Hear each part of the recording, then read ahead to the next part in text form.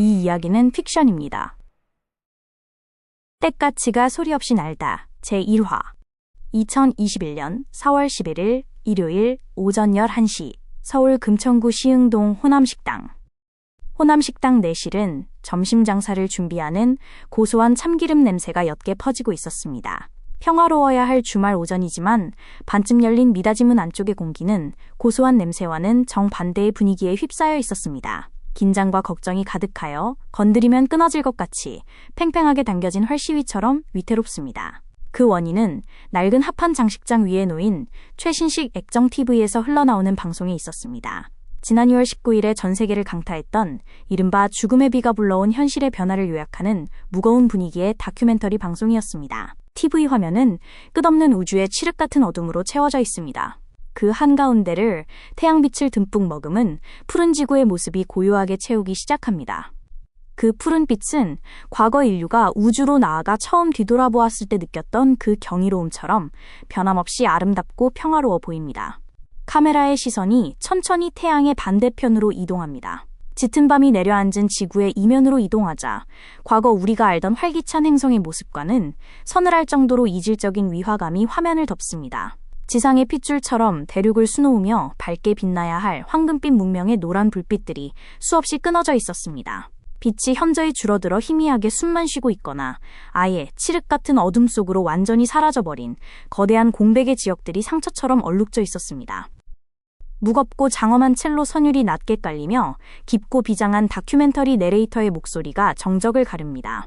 2021년 2월 19일 금요일 하늘에서 쏟아진 3,000마리에 달하는 정체불명의 스캐럽은 그동안 인류가 당연하게 누려왔던 세상을 완전히 뒤엎는 거대한 변화를 불러왔습니다. 저궤도에서 강한 스캐럽은 그 하나하나가 벙커버스터와 같은 파멸적인 위력으로 지구에 존재하는 인류의 유산들을 무자비하게 파괴했습니다.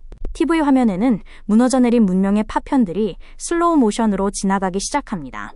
수백 년의 역사를 자랑하던 전 세계의 모든 정치적 위협을 상징하던 역사적인 건물들은 검은 바늘의 맹렬한 폭광에 파괴되었습니다. 그리고 그 자리에는 흉물스러운 크레이터만이 대신하고 있었습니다. 국가의 뼈대였던 주요 행정청사와 군사청사들도 깊게 파인 크레이터가 되었습니다. 수많은 인명과 물자가 오가던 주요 공항, 재해권을 상징하던 군항, 창공을 수호하던 공군기지들 역시 처참한 크레이터로 변모했습니다. 현대 문명의 피와 살을 만들어내던 주요 산업의 생산 공장들, 그리고 초연결 시대를 지탱하던 주요 통신 거점과 해저 광케이블 관문, 데이터 센터들마저 모두 검게 그을린 크레이터가 되었습니다. 심지어 인류의 미학과 역사를 증명하던 주요 문화재들조차 검은 바늘의 마하 20에 달하는 무자비한 속도를 갖는 타격에 의해 크레이터가 되어 산산조각이 나 흩어졌습니다. 수치상으로는 무려 4천만 명의 인류가 흔적도 없이 사망하였습니다. 그리고 전 세계 인구의 10%는 이 압도적인 검은 비의 폭력에 직접적인 부상을 입고 피를 흘려야만 했습니다. 그러나 그 인적 자원의 손실 내역을 깊이 들여다보면 인류는 사실 그보다 훨씬 더 치명적이고 심각한 피해를 입었음을 확인할 수 있습니다. 전 세계의 정치인, 군인, 행정가, 금융종사자, 연구자, 공학자, 국가의 정책을 결정하고 운영하기 위한 사람들이나 대학원 이상의 고등교육을 받은 지식인 등 이 사람들의 절반이 한날 한시에 사망해버린 것입니다. 이는 인류가 힘겹게 구축해놓은 시스템과 기술, 그리고 과학을 일거에 붕괴시키기에 충분한 참사였습니다. 최첨단 산업시설들 역시 스캐럽의 무자비한 강화를 피해가지 못했습니다. 정유, 에너지, 화학플랜트, 재련소, 조선소, 중공업 생산공장, 정밀 생산공장 등 생산산업을 지탱하는 시설들이 모두 잿더미가 되었습니다. 그 결과 단 하루 만에 지구 전체의 총 생산량이 무려 45%나 허무하게 감소해버렸습니다. 배경에 깔리던 첼로 선율이 불길하고 긴박한 템포로 변주됩니다. 화면은 한 구석의 생중계라는 붉은 글씨와 함께 전환됩니다. 절망감이 짙게 묻어나는 목소리로 다큐멘터리 내레이터가 말합니다.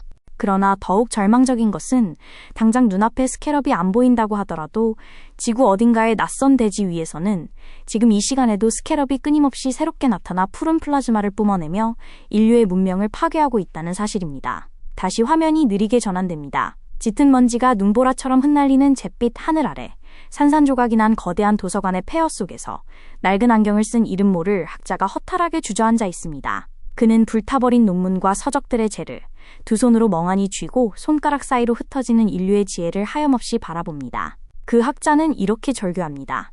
인류의 문명 발전도는 검은 비가 내린 단 하루 만에 수백 년은 좋게 후퇴해버리기에 충분했다고 말입니다. 화면은 바뀌어 독일 뮌헨에 있는 호텔 바이어리셔 호프에 굳게 닫힌 컨퍼런스 홀문을 비춥니다. 다큐멘터리 내레이터가 깊고 침통한 목소리로 말합니다. 2021년 2월 22일에는 호텔 바이어리셔 호프에 모인 지구상의 각 국가대표가 스캐럽이라는 미증유의 위기에 대응하기 위해 하나의 조직으로 연합하기를 간절히 원했습니다. 그러나 인류 역사상 단 한 번도 성공하지 못했던 이러한 시도는 안타깝게 이번에도 뼈아픈 실패로 끝나버리고 맙니다. 이어서 세계 지도가 등장하고 지도는 거대하지만은 보이지 않는 장벽에 의해 푸른색과 붉은색, 두 개의 구분된 색으로 서서히 나눠지기 시작합니다. 이날 뮌헨 조약이 체결되었고 지금은 MUTO 혹은 뮤토라고 불리우는 뮌헨 통합조약기구 Munich Unified Treaty Organization 이라는 이름의 초국가적 기구가 만들어졌습니다. 뮌헨 조약에 가입한 국가들은 미국의 압도적인 기술력을 중심으로 참가국 모두가 기술과 전력의 완벽한 통합을 통해 스캐럽에 대응하는 길을 선택했습니다. 이러한 통합 전력을 이용하여 지상에 강화했던 스캐럽들은 은색의 플라즈마 렌스에 의해 모두 성공적으로 구축되었습니다. 그러나 그렇게 얻어낸 스캐럽으로부터의 자유는 결코 공짜가 아니었습니다. 참가국들은 자신들의 자유를 지키기 위해 다른 국가 모두를 위해 공동으로 싸울 의무가 생겼으며 동시에 천문학적인 경제적 비용을 분담해야만 하는 무거운 청구서를 받아들여야 했습니다. 화면은 지구상의 푸른색으로 물든 지역을 비춥니다. 미국의 B-2 폭격기들이 성층권을 활강하며 은색의 플라즈마 렌스를 투하하는 눈부신 영상이 재생됩니다. 음악이 한층 더 무겁고 음산한 단조로 변주되며 화면은 붉게 칠해진 거대한 대륙을 비춥니다. 눈보라가 휘몰아치는 잿빛 폐허 속에서 핏빛 희생을 강요당한 처절한 전투의 흔적들이 슬로우 모션으로 스쳐 지나갑니다. 다른 한편 뮌헨 조약에 가입하지 않은 국가들은 인류주권 동맹 Human Sovereignty Alliance, 이를 줄여 HSA라고 불리우는 연합을 만들었습니다. 이들은 국가별 기술의 차별성을 보존하고 타국의 개입으로부터 군사적 주권을 온전히 주장하며 미국에 의한 통합을 거부했습니다. 그러나 안타깝게도 군사적 주권 수호의 선택을 한 이들에게는 너무나도 비참한 비극만이 기다리고 있었습니다. 특히 무고한 국민들의 피비린내 나는 희생이라는 점에서 말입니다. 화면이 일순간 어두워지며 산산조각이 난 아시아 대륙의 참상 위로 어느 전문가의 인터뷰 영상이 흑백으로 오버레이 됩니다. 그는 창백하게 질린 얼굴로 떨리는 목소리를 애써 억누르며 말합니다. 인류주권 동맹에 속한 국가에서는 현재 자국 국민이 정확히 얼마나 희생되었는지, 강화한 스캐럽이 모두 퇴치는 된 것인지 이러한 질문들에 대해 어떠한 공식적인 발표도 내놓지 않고 있습니다. 다큐멘터리 내레이터가 전문가의 말을 이어받아 서늘하고도 잔혹한 의견을 전합니다. 심지어 일각의 전문가는 이렇게 주장하기도 합니다. 그들이 발표를 하지 않는 것이 아니라 더 이상 그 국가에는 결과를 발표할 정부 자체가 완전히 사라져버린 것일지도 모른다고 말입니다. 숨이 턱 막히는 끔찍한 여운을 남기며 카메라는 눈 덮인 황량한 평원에 버려진 낡은 철모와 파괴의 흔적들을 길고 쓸쓸하게 비추다가 이내 칠흑 같은 어둠 속으로 먹먹하게 암전됩니다. 류세아는 방 안에서 TV를 보며 간이 접이식 밥상 앞에 웅크리고 앉아 있었습니다. 이제 벌써 완연한 봄이지만 그 편의성에 아직도 겨울에 입던 두툼한 회색 트레이닝 면바지를 입고 있었습니다. 무릎이 늘어난 그 바지 위로 턱을 괜 류세아의 얼굴은 디스플레이에서 뿜어져 나오는 푸른 빛을 받아 창백하게 질려있는 듯이 보였습니다. 그러나 사실은 TV의 방영 내용이 그녀를 극도의 불안감으로 온몸을 떨게 만들고 있었던 것이었습니다. 후들후들 류세아의 오른쪽 다리가 제어할 수 없을 정도로 심하게 떨리며 장판 바닥을 두드립니다. 입술은 이미 피가 날 정도로 꾹 깨물고 있고 엄지손톱을 잘근잘근 물어뜯고 있었습니다. 그녀의 눈동자에는 다큐멘터리의 영상 대신 자신이 다니고 있는 직장, 성운전자의 참혹한 현실이 오버레이되어 스쳐 지나갑니다. 성운전자는 세계 굴지의 메모리 반도체 생산회사로서 평택 메인 파운드리에서 찍어내는 메모리 반도체로 막대한 현금을 쓸어담고 있었습니다. 그러나 지난 2월 19일에 쏟아져 내린 세계의 스캐럽이 담긴 검은 바늘은 그 광대한 첨단 공장을 잿더미와 실리콘 가루로 완벽하게 소멸시켜버렸습니다. 최신 기술이 집약되어 만들어진 황금알을 낳는 거위가 하루아침에 증발하자 성운전자의 실적과 주가는 곤두박질 쳤고 사내 게시판은 연일 구조조정으로 인한 피바람이 불고 있었습니다. 류세아는 초점 잃은 눈으로 스마트폰 화면을 켜며 갈라진 목소리로 중얼거립니다. 망했어 진짜. 전부 다 망하는 거야. 평택 라인이 날아간 지 2달도 안 됐는데 벌써부터 사업부 통폐합의 권고사직이라니. 그녀의 떨리는 손가락이 스마트폰의 계산기 앱을 열어 의미 없는 숫자들을 맹렬하게 두드리기 시작합니다. 계산기와는 별도로 돌아가는 그녀의 머릿속 엑셀 시트는 잔혹한 재무 상태를 도출해냅니다. 위로금 얹어주는 명예퇴직도 아니고 추가 부수 한 푼 없이 생으로 권고퇴직을 받고 있잖아. 며칠 전 찌라시 보니까 평택에서 근무하다 공장 날아갈 때 돌아가신 분들 보상금 규모만 조 단위였다고 하던데 그것만으로도 현금 흐름이 완전히 말라버린다는 소리야. 이러다간 그녀는 신경질적으로 스마트폰을 밥상 위에 내동댕이 칩니다. 그리고 양손으로 헝클어진 머리를 감싸주며 숨통을 조여오는 공포에 몸부림칩니다. 이러다가 다음 달 나와야 되는 내 피 같은 퇴직금도 묶이는 거 아니야? 내가 상사들 꼬장 다 받아가면서 어떻게 버틴 3년인데 퇴직금이 날아가면 우리 엄마 아빠 식당 보증금은? 대출 이자는 어떡하라고? 몇 년을 믿고 헌신했던 거대한 대기업이라는 방패가 종잇장처럼 찢겨나가고 자신과 가족이 차가운 길거리에 나앉게 될지도 모른다는 끔찍한 상상력이 그녀의 이성을 갉아먹습니다. 그녀는 다리를 가슴팍까지 끌어당겨 꽉 끌어안고는 금방이라도 눈물을 쏟아낼 듯 벌겋게 충혈된 눈으로 허공을 응시합니다.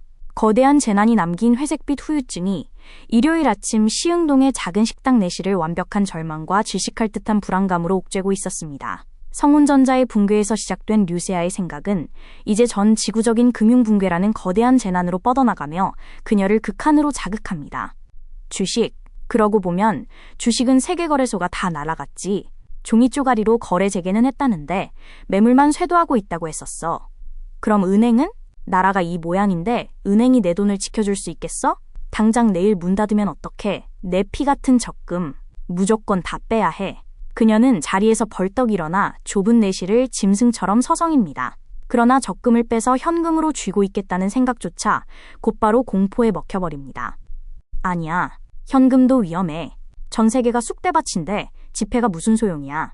당장 우리 가게 시금치 값이랑 돼지고기 값 오르는 거 못 봤어? 밥값도 천정부지로 솟는데 지폐는 곧 불쏘시개나 다름없는 똥유지가 될 거야. 그녀의 시선은 바닥에 던져둔 회사 출입증으로 향합니다. 오르지 않는 것은 내 월급뿐이야. 아니, 그 월급마저 언제 끊길지 몰라. 그래도 퇴직금 챙겨준다고 하길래 한 달 전에 사표 내긴 했지. 인수인계만 끝나면 나도 끝이야. 그럼 우리 가족은 뭐 먹고 살지? 내 적금, 내 퇴직금 어떻게 보존하냐고. 류세아는 K대 경영전문대학원의 MBA 시절에 배웠었던 모든 금융지식을 다시 쥐어짜내보려고 애썼습니다. 하지만 최근에는 현장에서만 구르면서 생산 공정을 관리해왔기 때문에 그녀의 금융지식은 어느샌가 잊혀져 버렸습니다. 겨우 짜내지는 지식은 안전한 적금 붓기 수준을 크게 벗어나지 못했기에 습관적으로 인터넷을 검색해보려고 스마트폰을 켜봐도 인터넷의 인프라는 붕괴되어 검색조차 제대로 되지 않고 있습니다. 아, 진짜 답답해 미치겠네. 인터넷이 돼야 뭘 찾아보든가 하지? 그러고 보니 블루 헤일로인가 뭔가 하는 위성 인터넷 선전은 매일 주구장창 나오던데 그건 무슨 한 달 요금이 내 월급만 해. 가난한 사람은 정보도 얻지 말라는 건가? 아, 모르겠다. 스트레스가 임계점을 돌파하자 뇌가 과부하를 견디지 못하고 강제로 셧다운을 시도합니다. 그녀는 방바닥에 등을 대고 벌러덩 눕습니다. 창문을 통해 따뜻하고 포근한 봄 햇살이 그녀의 눈꺼풀 위로 산란되어 무겁게 내려앉습니다. 세상의 종말과는 너무나 동떨어진 나른하고 평화로운 온기. 극도의 불안 속에서도 피로에 지친 그녀의 눈이 서서히 감기려던 찰나였습니다. 햇살이 그녀의 감긴 눈가를 비추고 있었습니다. 눈을 감아도 눈꺼풀을 뚫고 비춰오는 봄의 강렬한 빛이 완전하게 잠드는 것을 방해합니다. 류세아는 감기던 눈을 번쩍 뜨며 홀린 듯 빛이 들어오는 창문을 응시합니다. 반짝이는 것, 포근한 태양, 결코 변하지 않는 빛. 그 순간 그녀의 MBA 두뇌 한구석에 잠들어 있던 가장 원초적이고도 본질적인 금융 지식이 섬광처럼 뇌리를 스치고 지나갑니다. 금? 그래, 금이야. 류세아는 몸을 벌떡 일으켜 세우며 동공이 맹렬하게 확장됩니다. 불안에 잡아먹혀 파르르 떨리던 그녀의 입술에 기괴할 정도로 환하고 확신에 찬 미소가 번져갑니다. 인류의 역사가 시작된 이래 국가가 붕괴하고 문명이 타버려도 단 한 번도 가치가 변한 적 없었던 궁극의 안전자산을 재발견했습니다. 지폐는 휴지가 돼도 금은 영원해. 인류 역사상 가치불변의 대명사지. 당장 적금 깨서 무조건 금으로 바꿔야 해.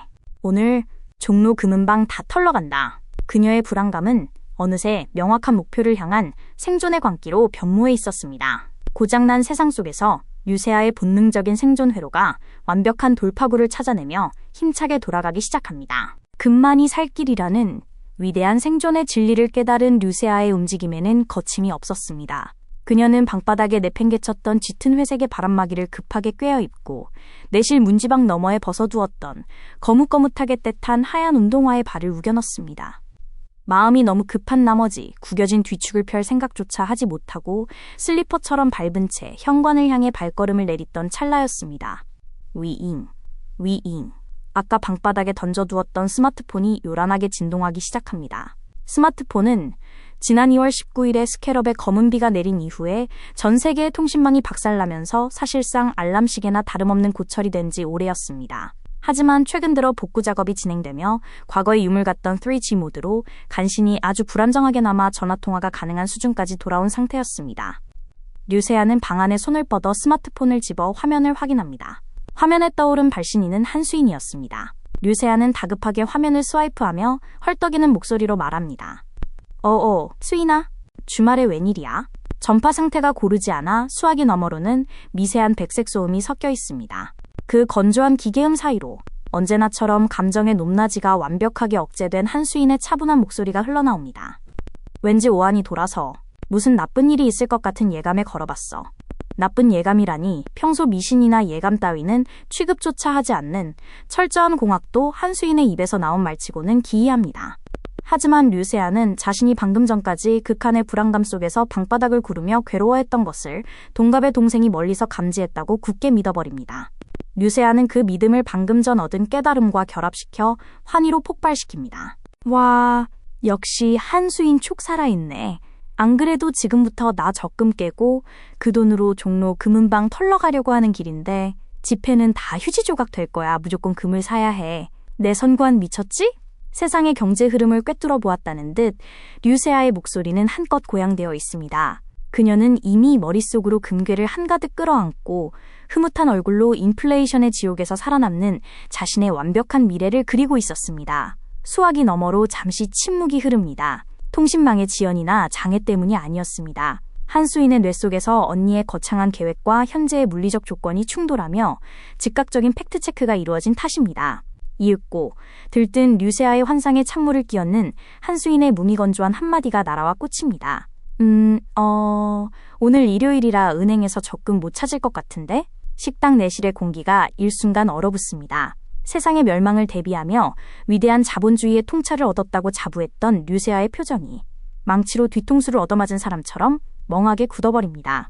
일요일, 그 세 글자가 그녀의 고막을 때립니다.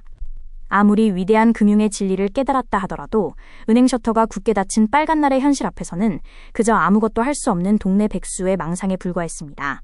운동화 뒤축을 밟은 채 엉거주춤하게 서 있던 류세아는 손에 쥔 스마트폰을 천천히 내리며 허탈감과 부끄러움이 뒤섞인 얼굴로 허공을 응시합니다. 금은방을 털러 가겠다며 불타오르던 그녀의 거대한 생존의 광기는 달력의 기본적인 요일 개념 앞에서 너무나도 허무하고 처참하게 진압되고 말았습니다.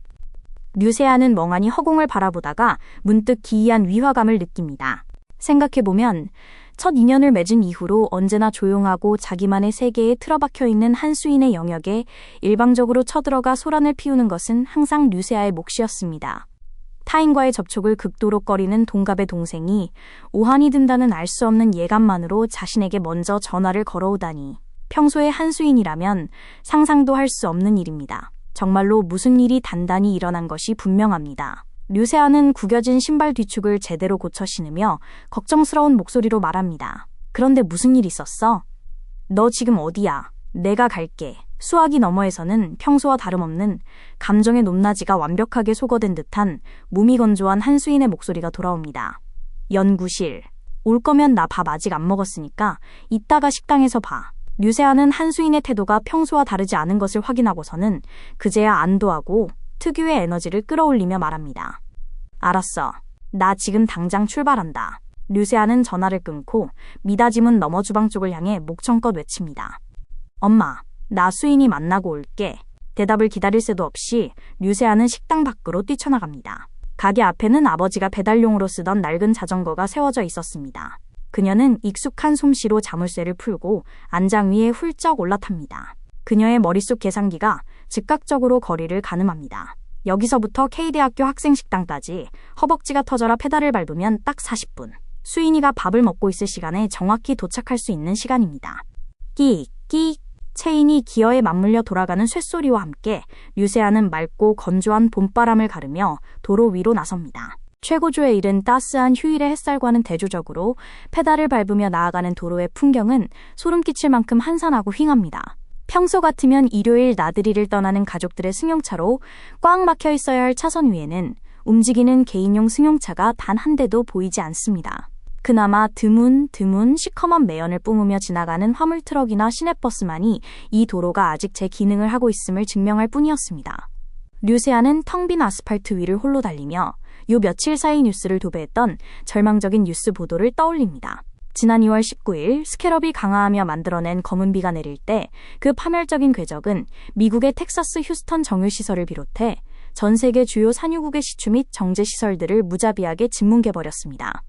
글로벌 석유 공급망이 대규모로 붕괴되면서 최근 며칠 사이만 해도 국제유가는 미친 듯이 솟구치며 2배 이상 폭등해버렸고 공급 부족 사태는 갈수록 악화될 것으로 예상되고 있었습니다. 이제 내연기관을 이용한 개인용 자동차에 기름을 채워넣고 도로를 달린다는 것은 정말 돈이 넘쳐 썩어나는 사람이나 타고 다닐 수 있는 사치스러운 교통수단이 되어버린 것입니다. 한편 전기자동차가 내연기관 자동차의 새로운 대안이 되지도 못하였습니다. 기름값이 오른 만큼 전기요금도 올랐기 때문입니다. 류세아는 텅 빈 차선을 질주하며 거친 숨을 내쉬면서도 헛 웃음을 짓습니다. 하? 차가 없으니까 자전거 타기는 참 좋네. 류세아는 세계국급 재난이 만든 기괴할 정도로 한적한 모든 엔진과 모터가 멈춰가는 회색빛 세상의 도로 위를 달립니다. 그녀는 문이 굳게 닫힌 은행과 금은방을 뒤로하고 유일하게 변하지 않는 자신의 든든한 안전장치, 한수인을 만나기 위해 페달을 밟고 또 밟습니다.